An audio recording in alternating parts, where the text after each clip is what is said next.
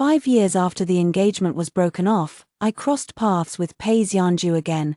He watched me dissect a corpse with an impassive expression, his eyes widening in shock. "Chu, you've actually become a coroner. You used to be too scared to even catch a grasshopper, and now you don't flinch from dead bodies."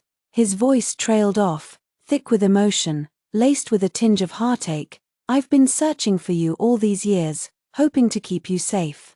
I've kept a place for you in my backyard." I said nothing, only deftly pried open the corpse's skull. Plum blossoms fall on the empty mountain, snow covers the branches. To send spring again now feels too late. What Song Yunchu once begged for and could not have, Xianxia now disdains to take. The corpse under my hands had been submerged in water for days, swollen and pale. With each movement I made, waves of putrid stench surged out. Pei Xianju waited in vain for my reply and leaned in to look. He happened to catch sight of the moment the skull was split open.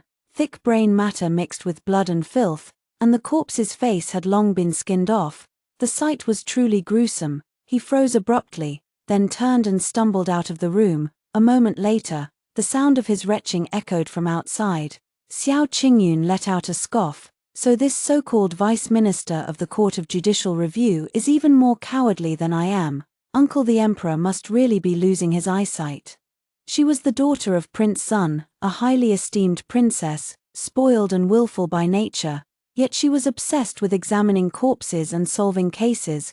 When she heard that Prince Lin was coming to the capital to investigate a case, she pestered Prince Sun for days until she managed to tag along. Not once did her expression falter in this blood-soaked autopsy room, but those words were hers to say, not mine. I silently noted down the suspicious points on the corpse, then whispered an explanation to her. "The capital's law and order is excellent. Such a heinous case hasn't occurred in years. It's only natural that the vice minister isn't used to it for the moment." She pouted, waving the matter off casually.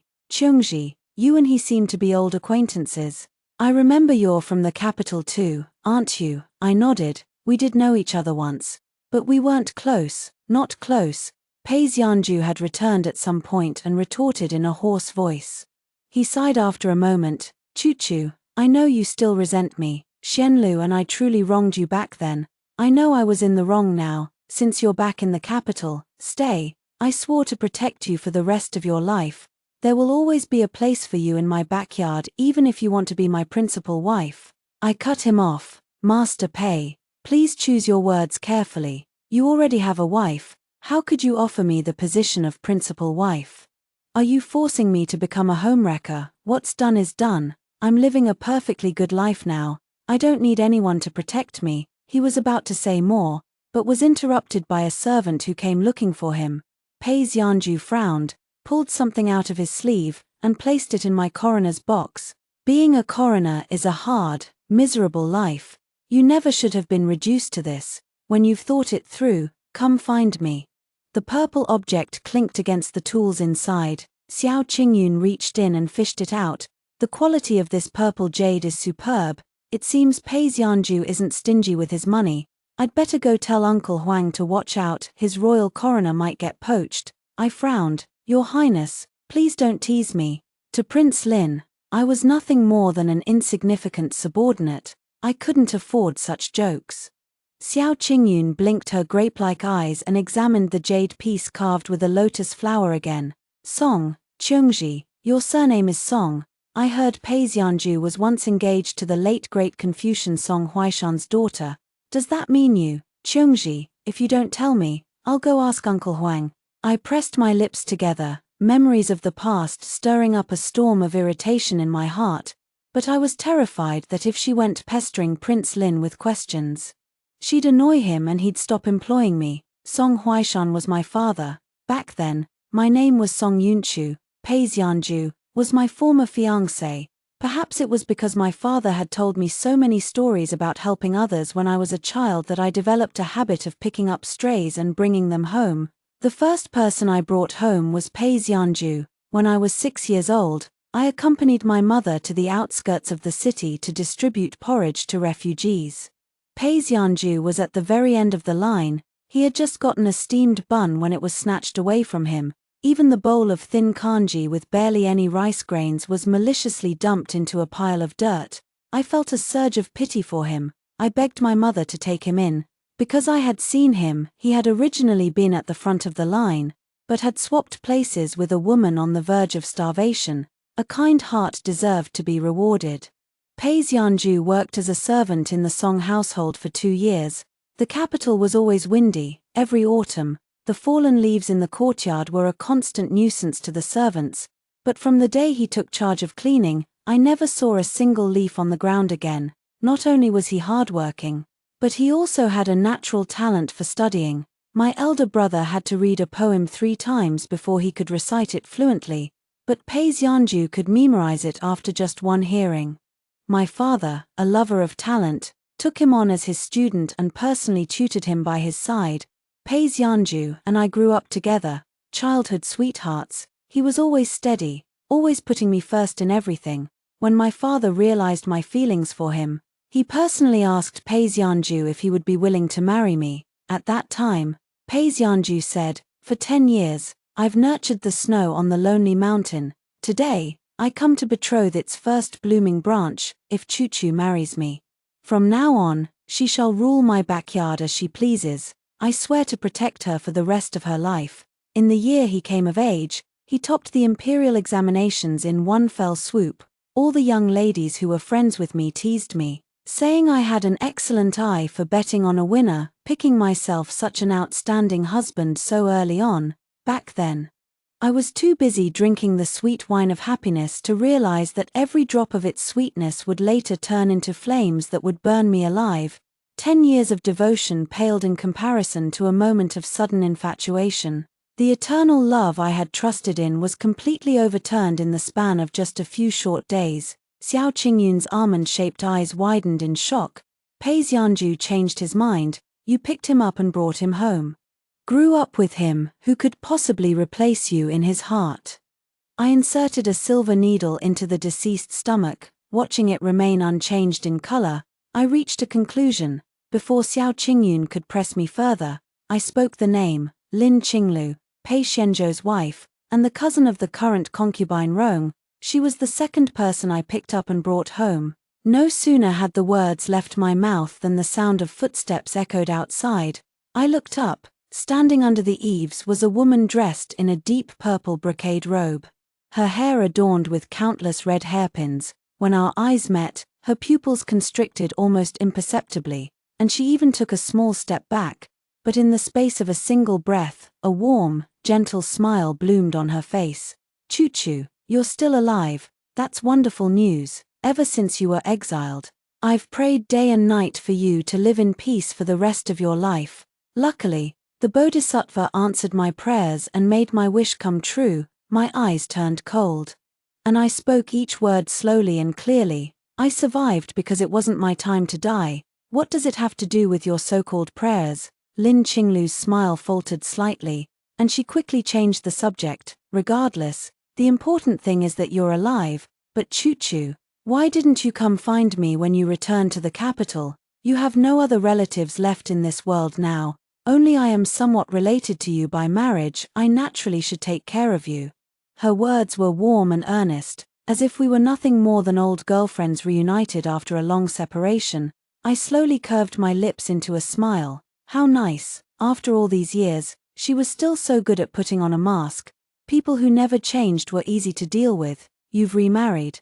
So we are no longer related by any means." I held out my hands, letting her see the bloodstains on them clearly. "I'm swamped with official business today.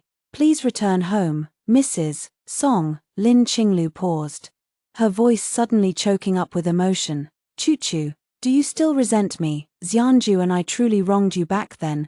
Would be happy to find you an easy job in the capital, so you don't have to work this grueling job as a coroner anymore. I'm sure you've suffered a lot these past few years, and your marriage has been delayed. I can ask my cousin to look for some well-born men for you. I'll definitely find you a good husband." I picked up a handkerchief and wiped the bits of flesh and blood from my fingertips. "Mrs. Song, you're overthinking it. I've long forgotten those old grudges. If I truly have any wish now, it's to do everything in my power to clear my father and brother's names and restore their innocence. When I mentioned my father and brother, Lin Qinglu's body suddenly went rigid, the color drained from her face inch by inch, her eyes darted around in panic. Before finally fixing themselves on the hem of her skirt, how forgetful of me, her voice was dry, trembling with undisguised panic. My young son has been having nightmares during his afternoon naps lately, crying non-stop. I have to go back to check on him. With that, she grabbed her maid's hand and hurried away, her retreating figure looking almost like she was fleeing for her life. Xiao Qingyun, who had been hiding behind the door watching the entire show, smacked her lips in amusement. Look how guilty she looks. I can't help but feel that what this Mrs. Lin is most afraid of facing is your father and brother. I nodded.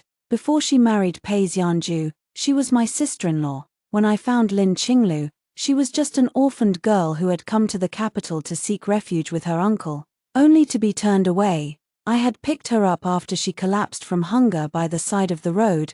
When she regained consciousness, she knelt before me and begged. She said she had nowhere else to go and was willing to sell herself into servitude if only she could have a roof over her head and some protection. It just so happened that Ling Qiu, my personal maid, had asked for leave to take care of her sick family. Seeing that Lin Qinglu was literate and spoke coherently, I kept her by my side. Lin Qinglu had once been the apple of her parents' eyes. She could play the qin, paint and write, and was skilled at chess. She was also very observant. Always vying to do the chores in my courtyard, she would bring snacks to my elder brother Song Chengyao when he was training at the martial arts ground, or deliver ink and paper to Pei Xianju, who lived in the outer courtyard. As time went by, she and my elder brother Song Chengyao gradually fell in love. My parents were truly kind-hearted people, open-minded and not at all concerned about Lin Qinglu's humble origins. Before long, Lin Qinglu became my sister-in-law. My elder brother was always swamped with official duties. Instead, it was Lin Qinglu and I who spent our days together, growing closer with each passing day. She was also very grateful to me, saying I was her benefactor for life. Chu, I will be grateful for your kindness for the rest of my life. She truly did remember my kindness. It was just that the things she did made my life miserable. Xiao Qingyun shot up from her seat at that, her eyes blazing with indignation. She was already your sister-in-law. How dare she carry on with that Pei Xianju behind your back? And that Pei Xianju, I thought he was just a coward, but it turns out he's got quite the nerve. I closed my eyes, the memories of that fateful night flooding back. It had snowed for the first time in the capital that night. The third prince, who'd come to the Song mansion to celebrate father's birthday, had been urgently summoned to the palace. He'd never returned. Rumors spread that his secret plot to usurp the throne had been exposed, and he'd been executed on the spot. Father had been the third prince's first tutor. Brother was his most trusted confidant. Overnight, the Song family was teetering on the brink of ruin. Brother was the first to fall. He and father were thrown into the imperial prison together, interrogated relentlessly for 3 days straight. When his body was sent back to the mansion, it was mangled beyond recognition. The men who'd killed him had left him there as a warning, wrapped crudely in a straw mat. His corpse was dumped unceremoniously at the Song family's front gate. It was the first dead body I'd ever seen in my life, and it belonged to my own brother, who'd bought me peony pastries just the day before. The sight was so horrific that I fainted on the spot. I woke up in the middle of the night, tears streaming down my face as I remembered how brother had once snuck me out to see the lantern fair, only to be scolded soundly by father. Unlike Pei Xianju, he wasn't particularly clever. He was always carefree and easygoing. He never quite understood why I got angry, but he'd stand there grinning foolishly, then buy me trinkets to make up for it. But he'd been the best brother anyone could ask for. My head throbbed from crying. I dragged myself out of bed and headed to the morning hall, desperate to see brother one last time. Instead, what greeted my eyes was a scene of unspeakable depravity. 2 naked figures tangled together behind the black coffin, their bodies pressed against the white funeral curtains. As the man moved above her, their jet-black hair fell forward, intertwining like snakes. Through the gaps, I could just make out the woman's profile. It was Lin Qinglu, the same woman I'd wiped clean with my own hands and taken into the Song mansion. The air was thick with the sickly sweet stench of lust and sweat. Amidst the scattered clothes, shoes, and jewelry, one item stood out, a purple silk pouch. Inside was a peace talisman I'd prayed for at Baohua Temple, a gift I'd personally given Pei Xianju on our engagement day. I'd stumbled upon their betrayal so suddenly, so brutally. The white candles burned brightly beside the coffin, their wax dripping down like tears, each drop searing my heart like molten iron.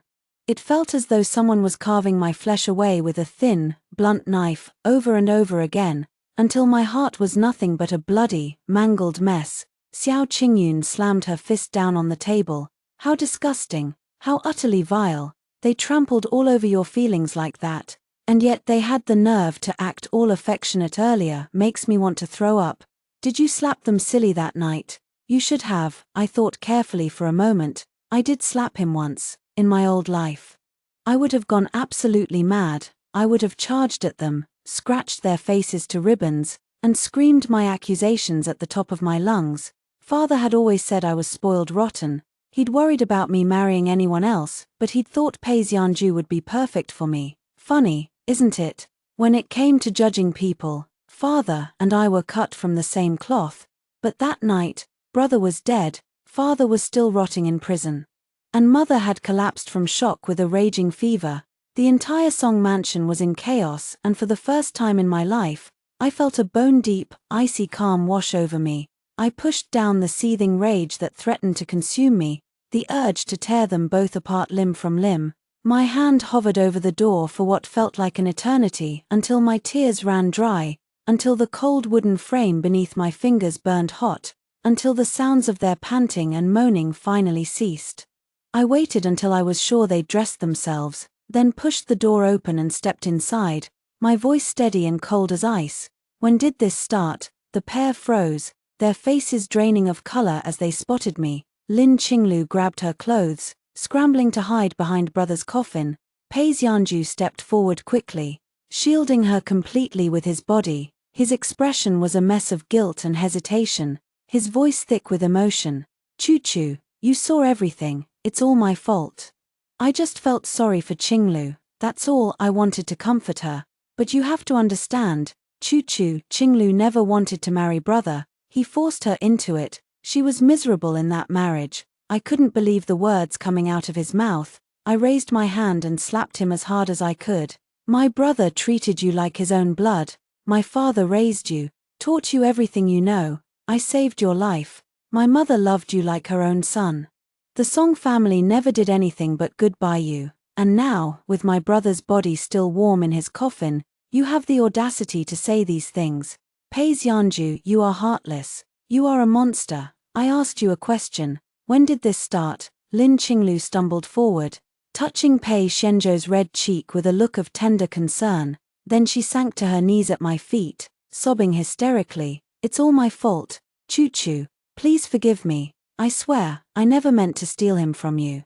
I would never dream of competing with you for Xianju. It's just, my wedding night was so painful. I was scared and lonely. I only went to Xianju for comfort. I sucked in a sharp breath, my blood boiling with rage. So let me get this straight. The day after you married my brother, you climbed into bed with my fiancé. You two are truly despicable, a match made in hell. Lin Qinglu's sobs grew louder, her body trembling as Pei Xianju pulled her into his arms and held her close.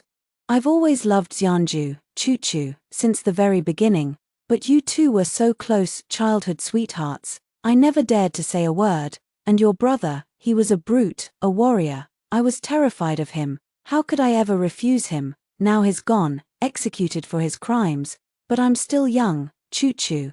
I still want to live. Her shameless words were too much for Mother, who'd rushed over at the sound of the commotion. She coughed up blood on the spot, her face ashen. After a long, painful silence, Mother spoke, her voice hoarse and broken. Lin Qinglu, I knew from the start how you flirted with Yaroa, how you led him on, but I pitied you. You were the same age as Chu, yet you'd had such a hard life, so I turned a blind eye. As a mother, what more could I want than for my son to marry a kind, decent woman, someone who could manage his household well? Yaroa loved you, and you always seemed so sweet and obedient, so I agreed to the marriage. Now my son is dead.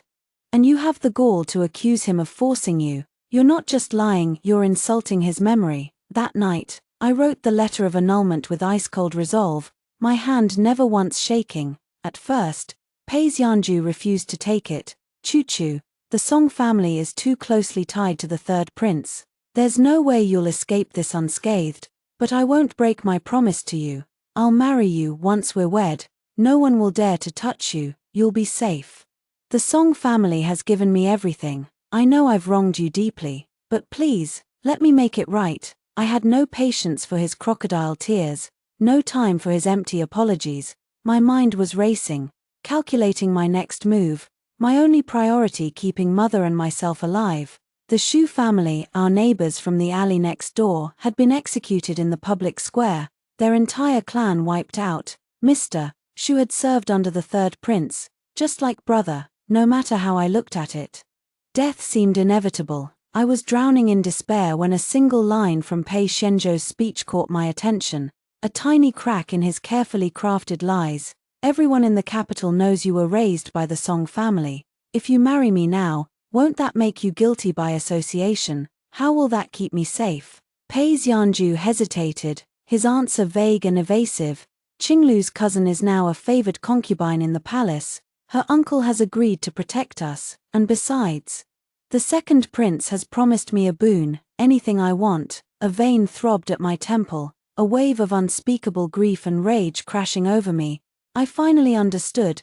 Brother had always insisted that the third prince cared only for the people, that he had no interest in fighting for the throne, but now it was clear the so-called treason had been nothing but a trap set by the second prince, and Pei Xianzhu, he'd betrayed us long ago. He'd switched his allegiance to the second prince, abandoning the Song family to its fate. Not only had he escaped unscathed, he'd even been rewarded for his treachery. It wasn't hard to guess the truth. Our family had been nothing but a stepping stone for him to climb the ladder of power. Xiao Qingyun was sharp as a tack. She put the pieces together instantly. He knew the Song family was doomed. He knew it all along. Not only that, he was in cahoots with the people who framed the third prince, that second prince, Chengji. I'll have Pei Xianzhu arrested this instant. I'll make him confess everything. I stopped her with a shake of my head. It's just a theory. I have no proof. Pei Xianzhu was riding high in the imperial court now. Lin Qinglu's cousin was a beloved concubine. Together, they were untouchable, powerful, wealthy, and adored by all. And me, I was just a lowly coroner, a nobody with nothing but a grudge and a handful of memories, without concrete evidence. What chance did I have of bringing them to justice? That night, I'd used Pei Xianzhou's guilt to my advantage. I'd begged him to plead for my life and mother's, to spare us from execution and sentence us to exile instead. It had been the best outcome I could have hoped for. Xiao Qingyun slumped back into her chair, fuming with anger. She kicked a bamboo basket on the floor, sending it flying. I thought this was going to be some romantic tale of lost love and second chances. That's why I begged you to tell me the story. But hearing all this, it just makes me sick to my stomach. Chengji, how did you go from being a sheltered young lady to a coroner? You must have suffered so much these past few years. So much pain. The autopsy was finally over.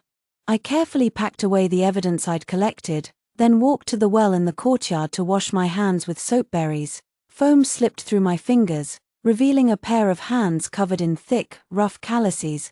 These hands hadn't always been this way. Your fingers are as slender as green onion shoots. Your skin as smooth as the finest Dingyaro white porcelain. That's what Pei Xianzhu had said to me when he'd held my hand for the first time. But the years of exile had changed everything. Sleeping rough under the stars, braving wind and frost, working till my bones ached, they'd carved their marks into my skin, layer upon layer of calluses turning my once soft hands hard and coarse, like gravel beneath the fingertips. Even now, even though I no longer do heavy labor, they'll never be the same again. Once, I'd been so delicate, so easily frightened. I'd been scared of butterflies, too timid to catch one with my own hands. Once, brother had excitedly brought home 2 green bamboo vipers to show me, only to watch me collapse in a terrified faint. He'd been so worried about me that he'd endured father's harsh punishment without a single complaint.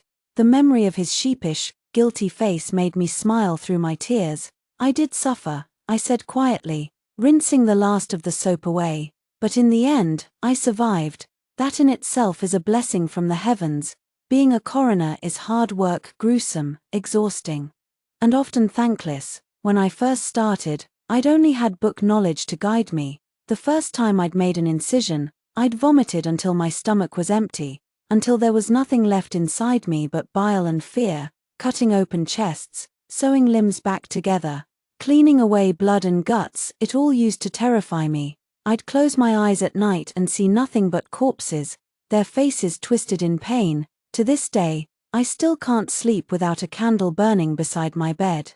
But I'm the only one left of the Song family. I'm the last one standing. I have to keep going, for father, for mother, for brother. I have to live, for all of them. Xiao Qingyun clicked her tongue, still sounding regretful. You never should have endured all this suffering, even though I love watching you perform autopsies. I want you to live an easier life. Qiongji, I'll go talk to Uncle Huang and ask him to assign you to me instead. The capital has plenty of coroners anyway, he'll definitely agree. I refuse. A sharp, cold male voice rang out from behind us. Prince Lin strode over leisurely. He had attended the court session today, so instead of his usual black robes, he wore a crimson gauze gown embroidered with 4 coiled dragons. As he moved, the 5-clawed dragons shimmered in the sunlight, exuding regal authority. A jade belt cinched his waist, accentuating his tall, slender figure. He looked as if he had been carved from cold jade, his features sharp and imposing. I quickly stood up and bowed respectfully. Your Highness. He shot me a frosty glance, the pressure in his eyes almost tangible. You certainly are popular. In a single day, 2 people have come to me asking for you.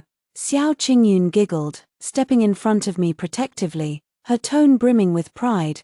That's because our Qiongji is beloved by all. Speaking of which, who else asked for Qiongji? Prince Lin picked up the note I had left on the side, his long fingers brushing over it gently. His voice was casual, almost indifferent. The Vice Minister of the Court of Judicial Review, Jiyu Qingzi. No way, Xiao Qingyun retorted immediately upon hearing the name, Uncle Huang. Jiyu Qingzi was once Qiongji's fiancé, and his wife was Qiongji's sister-in-law. If he really cared about Qiongji, would he have done such a terrible thing to her? Lord Jiyu said that Qiongji was his betrothed, and also his savior. He accused me of forcing her to work as a coroner instead of letting her go back to him to live a life of ease. If I refuse, it would make me look unreasonable, even cruel. Prince Lin's voice was soft, but I detected a hint of displeasure beneath it. Before I could process his words, Xiao Qingyun stamped her foot angrily. You didn't agree to him, did you? I can't even bear to talk about those 2 scoundrels. They kicked the Song family when they were down, and even had the audacity to cheat in front of Qiongji's brother's coffin. I heard their son can already walk. How dare he still covet Qiongji, and even come to you asking for her? Growing more furious by the second, she wrapped her arms tightly around my shoulders. No matter what, even if you agreed, I'm still going to take Qiongji back. I felt a faint flush of embarrassment creep up my cheeks. But an unexpected warmth spread through my heart. I had been working in the autopsy room for hours. Even though I had taken off my outer robe, I still reeked of blood and death. Yet this usually spoiled princess was shielding me so fiercely, not the least bit repulsed by the smell. Since mother had passed away, no one had protected me like this anymore. Seeing that Prince Lin still hadn't responded, Xiao Qingyun grew even more impatient. She rolled up her sleeves, ready to storm to the front courtyard. Vampage, if you won't say anything, I'll go ask him myself. If you're too cowardly to stand up for Qiongji, then I will. At worst, I'll sneak her away and we'll wander the world together. The steward, who had been standing quietly by the side, rushed forward to placate her when he heard her words getting more and more outrageous. Your Highness, please don't be in such a hurry. Although Qiongji is a coroner, she is still a member of our prince's mansion. How could His Highness ever allow her to be humiliated like this? It's just that Jiyu Qingzi has recently gained the Emperor's favor. It wouldn't be wise to openly fall out with him. Please calm down first. This matter can still be negotiated. Only then did Xiao Qingyun slowly roll her sleeves back down. She cleared her throat, suddenly switching to a sycophantic tone. I knew Uncle Huang would never let those villains get their way. A single sharp glare from Prince Lin shut Xiao Qingyun up instantly. She scurried away as fast as she could, leaving me standing there alone, nervously swallowing hard. After a long, tense silence, Prince Lin finally tore his gaze away from the note and fixed it on me. "You said the silver needle didn't change color when inserted into the stomach, meaning he wasn't poisoned." I nodded. "That's right. He knew someone was trying to kill him long before it happened." Pausing for a moment, I took the initiative to speak up. "I recognize this corpse, Song Zhifang. He was the third person I picked up and brought home. He's had 3 small moles on his left foot since he was a child. He worked for the Song family for years. After our family fell, he disappeared without a trace." I pulled out the item I had found earlier and presented it to Prince Lin, a piece of blood-soaked, tough oilcloth. Hidden beneath the dead man's scalp, the wound had been concealed so carefully, waiting to be uncovered after his death. It was clear that his murder had not been a random act of violence. There was more to this case than met the eye. Prince Lin took the oilcloth and unfolded it, his eyes flickering with a glint of interest after reading it for a moment. "Have you looked at it?" I shook my head. I didn't dare to unfold it. Prince Lin lowered his eyes. And that was when I noticed just how long his eyelashes were. In the past, I had only ever been aware of how deep and intense his eyes were. I had never dared to look closely. "Qiongji, when did you join my service?" I didn't have to think twice. The answer came to me instantly. 5 years ago, that was the year father, realizing that his pleas for justice were in vain, had taken his own life to prove his innocence. Mother and I were sentenced to exile in Ninguta. Before we left, Pei Xianju, who had already been betrothed to Lin Qinglu by order of concubine Rong, had come to me, asking if I regretted everything. Out of gratitude for my past kindness, he and Lin Qinglu were willing to take me in as his second wife, sparing me from the agony of exile. I had spat in his face, then boarded the exile cart without a second glance. Mother and I had braced ourselves for hardship, and we had endured it all, but later, we realized that physical suffering was nothing compared to the other horrors we faced. The lewd, greedy stares of the escorting officers were what truly haunted us, filling us with constant fear and unease.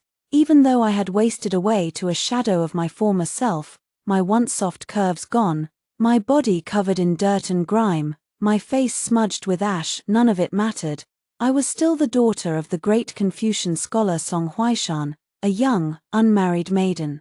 Those labels alone were enough to put me in constant danger. Finally, one night, a drunken officer dragged me into a grove of trees. His foul, alcohol-laced breath washed over my face. The moon was bright and the stars were sparse. I gritted my teeth, steeling myself for the inevitable violation, repeating the same words over and over in my mind. "Song Yunchu, just survive, just keep living."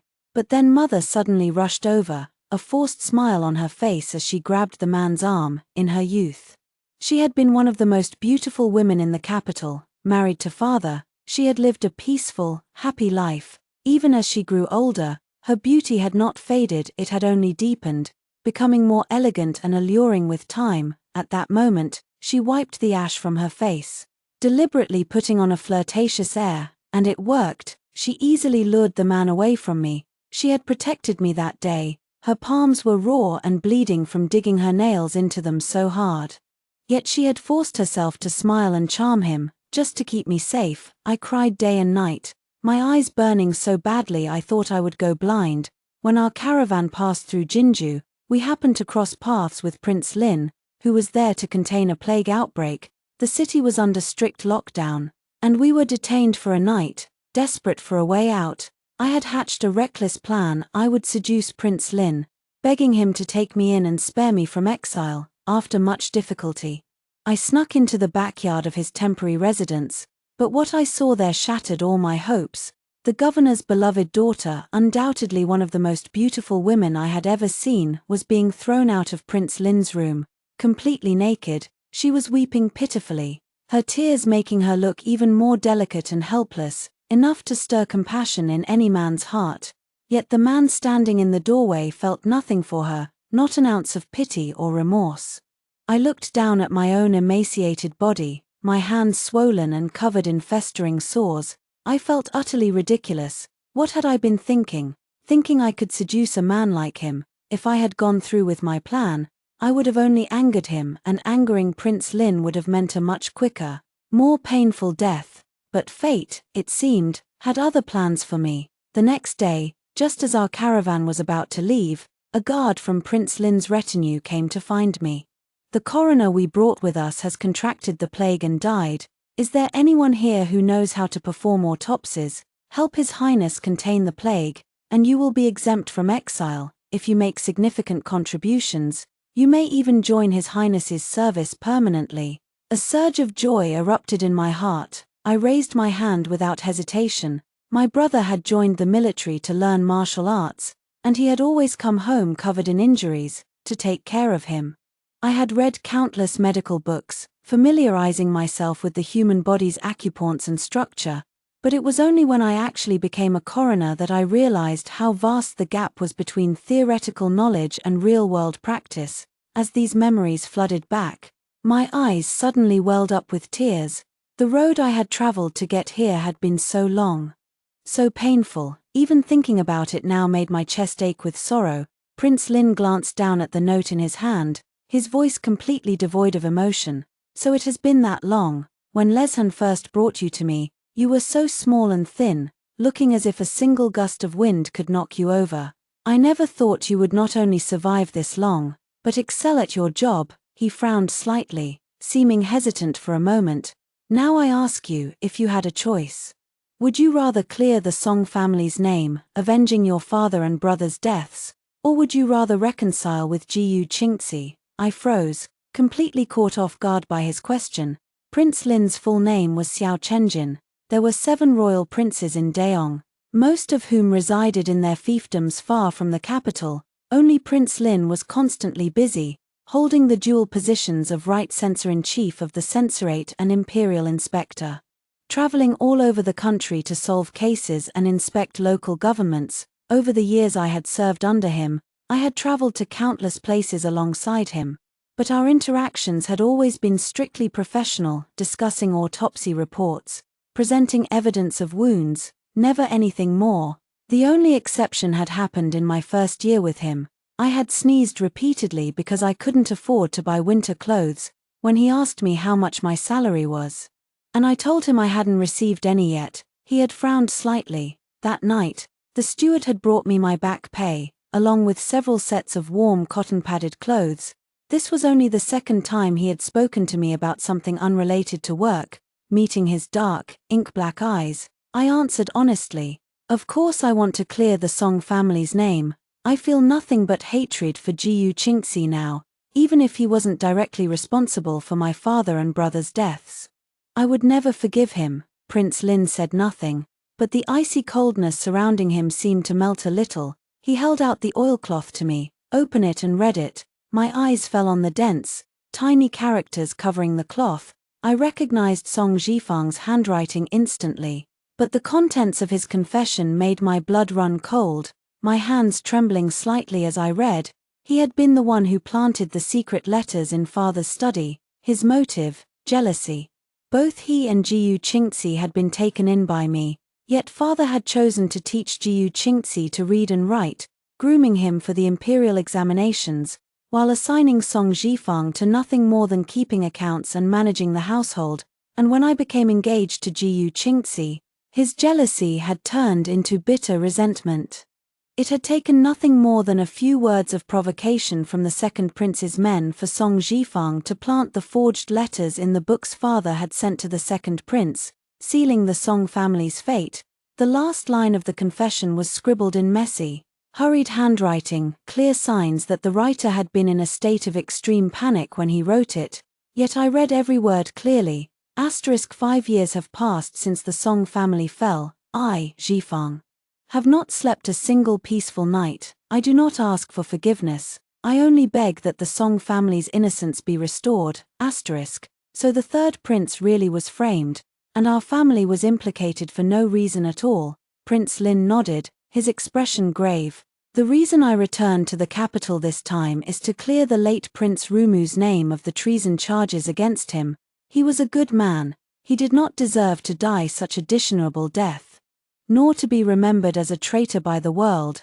The Song family will also be exonerated. Your father and brother's reputations will be restored. When that day comes, you may stay in the capital if you wish, and if you still want to work as a coroner, I will." I didn't let him finish his sentence. I knelt down on the ground, kowtowing deeply to him. "All Xianxia desires is to seek justice for my father and brother. I am willing to serve your highness loyally for the rest of my life." Prince Lin nodded, and for the first time ever, he smiled at me. "Xianxia, wait for good news." I bowed my head, answering respectfully, "Yes, your highness," but my fingers couldn't stop trembling. For years, a heavy boulder had weighed on my heart, crushing me with its unbearable weight. Now, at long last, a tiny crack had appeared in that boulder. It was like the towering, snow-capped mountain I had spent years trying to climb, its peak forever out of reach, suddenly showing signs of melting. "Father, brother, mother, Choo-Choo is finally going to get justice for you." I could not sleep for several nights on end. The thing I had planned to do after wrapping up my current affairs, I could no longer wait a single moment to see it done. Under the moonlight, I carried mother's ashes to father's grave. Xiao Qingyun, who had nothing better to do, pestered me to let her come along. She declared that she had read father's writings since she was a child, so he was practically her teacher. Now that she had the chance, she insisted on paying her respects. I dug a hole beside father's tomb while she poured a jar of Enuahong wine in front of the grave. "Teacher, I heard you loved drinking and composing poems more than anything. Tonight I've also brought you the most popular poetry collection in the capital. You and my respected mistress can read it together in the underworld." I lowered mother's cinerary casket into the earth. I had been on the verge of tears. But her words made me snort with laughter. "You certainly aren't shy about calling him teacher." Xiao Qingyun laughed and chided me a little. She propped her chin in her hand, a look of confusion flickering across her features. "Xianxia, your mother was exonerated along with you, wasn't she? I completely forgot to ask you about her." The night was as dark as ink, a single crescent moon hanging lonely in the sky. It stretched her shadow long and thin, casting it slantwise across the cold, hard ground. Just like the day I found mother after she'd taken her own life, she had been lying on the same kind of cold ground, her shadow elongated beneath the moon. A faint, gentle smile still lingered on her lips. I smiled softly, a chill pricking the corners of my eyes. My mother died with a smile on her face. It was the second day after I officially received my salary from Prince Lin's mansion. When I rushed back to our small dwelling, mother was still breathing. She summoned every last bit of her strength to brush a hand over my head. "Choo-Choo, mother can't stay with you any longer. Ever since your father left this world, I've thought of him every single day. He was always so absorbed in his writing that he forgot to eat. I'm sure these past 2 years, without me to nag him, he's been going hungry down there. The day he died, he slit his own throat. No one was there to even cover his wound for him. Choo-Choo, tell me, how much pain must he have been in?" Her fingers gently wiped away my tears, her gaze growing increasingly unfocused. "Don't be sad, and don't blame me. Mother just misses your father too much. Once, he always said he wanted us to be buried together. I used to scold him for talking nonsense. But now, even in death, we are separated by 1,000 miles." I clasped her hand tightly in mine, unable to utter a single word. I could only nod vigorously. "I don't blame you, mother. When I return to the capital, I will make sure father gets his wish." Xiao Qingyun's eyes suddenly turned red. "Xianxia, so after your mother passed, you were all alone. Weren't you lonely these past few years?" "Lonely, yes, I had been lonely. Father must have resented me. For years after his death, he never once appeared in my dreams. And mother was gone too. On nights when I stayed up late reading medical books, every time the wick of my oil lamp crackled and popped, I would think of her. And tears would unconsciously well up in my eyes. But last night, for the first time ever, father came to me in a dream. He said, 'Choo-Choo, father never blamed you, it's just that I died in such a horrific way. I was afraid I would scare you. Now your mother and brother and I are finally reunited in the underworld. You are the only one left alone in this world. You must take good care of yourself.' I looked up at the moon. It seemed to swell and shrink before my eyes, making me dizzy. I was okay. The moonlight was cold, but it was not unbearable. In truth, I had sensed it all along. Mother had long since made up her mind to die, when she was humiliated during our exile, when she saw me return from an autopsy, unable to eat any meat for half a year because the sight of it made me gag. Even on the day father died, she must have thought 1,000 times about following him to the grave. She just couldn't bear to leave me all alone in this world, with no one to keep me warm. But how could I be so selfish? She was my mother. She was also my father's beloved wife, with whom he had shared a lifetime of deep love. Of course I had to respect her wishes. Deep in the night, Xiao Qingyun and I made our way back under the moonlight only to run into Jiyu Qingxi. His clothes were disheveled, his steps unsteady. When he saw me, he froze in his tracks, joy lighting up his eyes. Choo-choo, did you also come to visit the teacher? As he drew closer, the strong stench of alcohol wafted off him, filling my nostrils. Earlier, I had noticed that father's grave was freshly maintained, its neatness jarringly out of place next to the overgrown tombs of the neighboring plots. It was clear that someone had been coming to tend to it regularly. I recalled what Song Zhifang had written in his confession. The third prince had deliberately asked Jiyu Qingxi to help him write love poems for a courtesan, using him as nothing more than a smoke screen to distract others from his true intentions. When Jiyu Qingxi had vaguely mentioned the third prince's promise to me back then, it was because he had obtained that promise through dishonorable means, not because he had truly colluded with the third prince in treason. I sighed softly. Jiyu Qingxi, thank you for tending to my father's grave all these years, but there is no need for you to do so anymore. I will hire someone to clean it regularly from now on. With that, I turned and walked forward, but my wrist was suddenly seized in a tight grip. Choo-choo, I was wrong back then. At that time, I knew your status was far above mine. Everyone said I was marrying into your family as a son-in-law just to advance my own career. I was so frustrated. Yet I didn't dare to tell you any of this. Lin Qinglu was always there to listen to my troubles, to comfort me. I grew grateful to her, and I made a terrible mistake. I have already divorced Lin Qinglu. Can you please give me another chance? His eyes were red-rimmed, his expression like that of a dog begging for mercy. When we were children, you said that no matter what I did wrong, you would always forgive me once. I wrenched my wrist free from his grasp, my voice turning cold again. If promises were worth anything, would you have slept with Lin Qinglu in front of my brother's coffin? Jiyu Qingxi, not every apology deserves forgiveness. I appreciate that you took care of my father's grave, but that is a separate matter. As for you, I will never forgive you. His arm hung suspended in mid-air, clutching at empty air. He was about to say more, but Xiao Qingyun cut him off sharply. Can't you understand plain human speech? Qiongji isn't arguing with you because she's being magnanimous. If our prince son's mansion had picked up an ungrateful white-eyed wolf like you, we would have torn you limb from limb. She shoved Jiyu Qingxi hard, sending him stumbling backward. She waited until he fell sprawling onto the ground, then grabbed my hand. Let's go. Don't waste your time on this kind of ungrateful scum. I was not the least bit surprised when Lin Qinglu came to find me. The affair between concubine Rong and the second prince had been exposed, spreading like wildfire through the capital overnight. Her uncle had originally hoped that she could persuade Jiyu Qingxi to intercede on her cousin's behalf, only to find that she had been divorced by Jiyu Qingxi first. The whole scandal had become the talk of the town. Some people called Jiyu Qingxi heartless, others praised him for finally coming to his senses. Still others sneered that he deserved everything that had happened to him.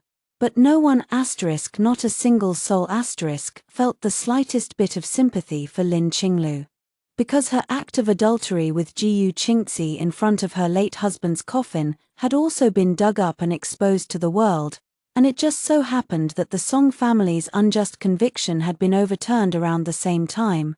People all over the capital had begun to mourn my father, the once renowned great Confucian scholar, and his devoted wife, with whom he had shared 20 years of unwavering love, as well as his loyal, righteous eldest son. When word spread of Lin Qinglu's miserable fate, the onlookers all clapped and cheered, praising heaven for its justice. Lin Qinglu's hair was disheveled, her eyes bloodshot. She looked nothing like the elegant noble lady I had seen just a few days earlier. Ignoring the stares of the servants, she beat her chest and stamped her feet in rage. Song Yunchu, this is all your fault. The very day you returned to the capital, Jiyu Qingzi wanted to divorce me. He said he owed you a debt. He said the position of main wife should be returned to you. Her voice suddenly rose to a shrill scream. If he owed you something, he should have paid you back directly. Why did he have to take my position away from me? It's all your fault. You should have died on the road to exile. Why did you have to come back?